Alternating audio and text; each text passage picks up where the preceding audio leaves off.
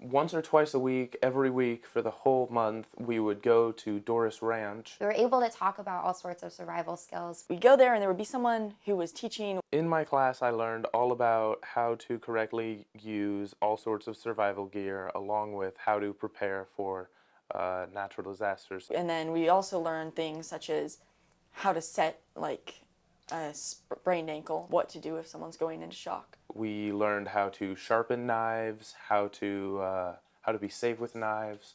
We learned how to start fires effectively. But all the way to just how do you prepare in your home? How do you make sure that when you go home, if something were to happen, that you would be good to go? We also learned how to build good shelters out of maybe just a single tarp and a piece of rope. Most valuable is that you can never expect something to happen. Like, you can plan and you can prepare, but it's probably not going to go the way you expect it to happen. So you want to be ready. Just a few weeks after this class ended, we had the big snowstorm, and people were stuck in their homes without power. I have been doing like little things like keep a pair of shoes by my bed. I have my first aid kit that is packed full of,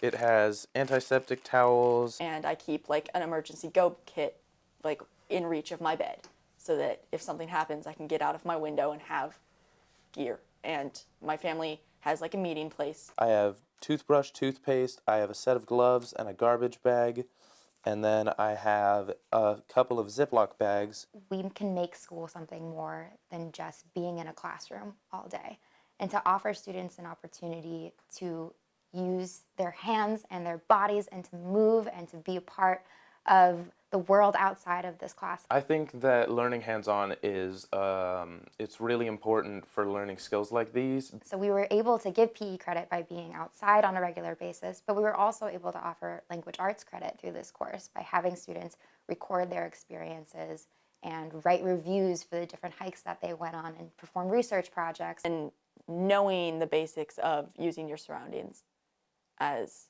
a tool, because you always have tools around you. And just knowing how to use those tools can save your life.